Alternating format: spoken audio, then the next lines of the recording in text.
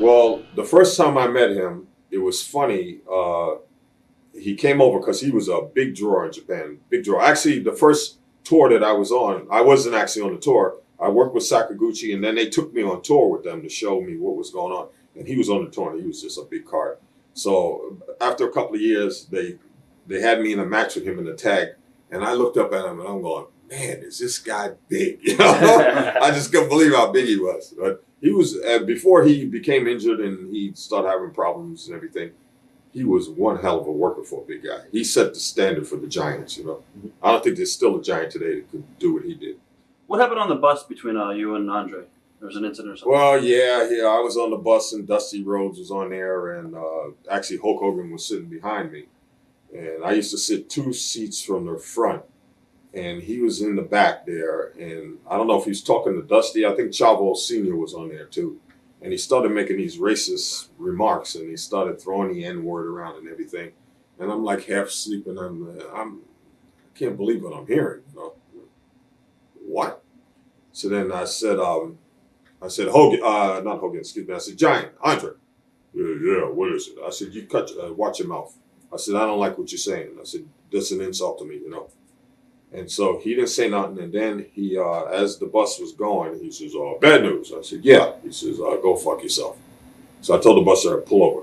Huh. I said, pull over. I said, you come on out this bus and you tell me that to my face. So he wouldn't get out the bus. And Stan Hansen was there too. And then we got off the bus to the hotel, and Stan was trying to, because he knew I was just pissed off, right? And he says, Alan, hey, he's drunk. Don't worry about it. I said, I don't want to hear that. And I went up to my room. And I didn't sleep all night because it really bothered me, you know.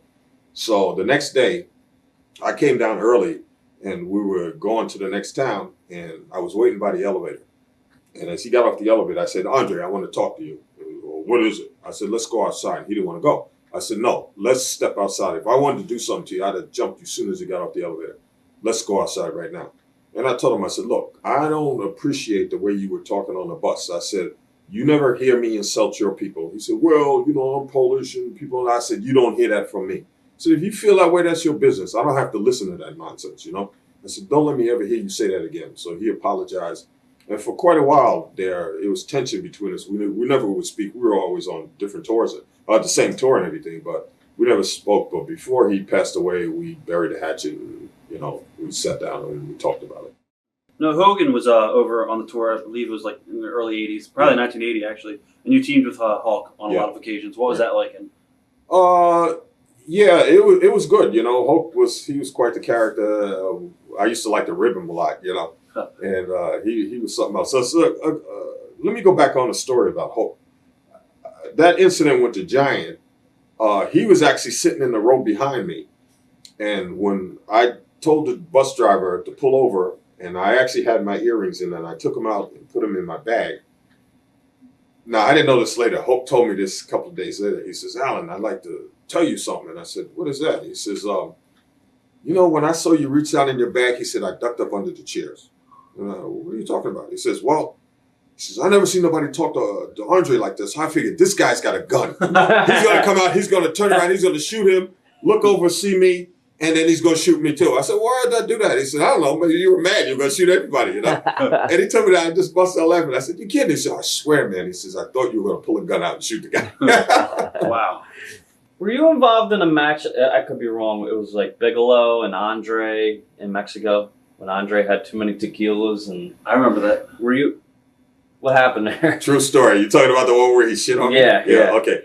This is the last time I saw Andre alive. Because he was supposed to come back. We're both supposed to come back, go home, come back a month later. And then he went to his father's funeral and passed away. But he had diarrhea, and plus he was drinking too. So he gets into the ring there, and Bam Bam was my partner, and he shoots me across the ring, and he says, oh, big ass boss. He don't call everybody boss, right? And he gives it to me, and all of a sudden everything went. You know, I'm like laying in the corner, and he just let go, and it's all over me. And I fell out the ring, and I'm about to puke, you know. And so I left. We're in the bull ring in Mexico, and I went up the stairs, and like you go up the stairs, and there are people lined along the line there, and they're cursing me and everything, and they're going like, "Wow, what does this smell?" You know. Yeah. And it was me, and I went in. And I didn't take off my boots or nothing. I went in and just jumped in the shower, everything on it, just. And I felt sorry for the guy. I mean, he was just sick. That's all. I just let it go. But that's a true story. Everybody asks me that. Oh, yeah, it's true.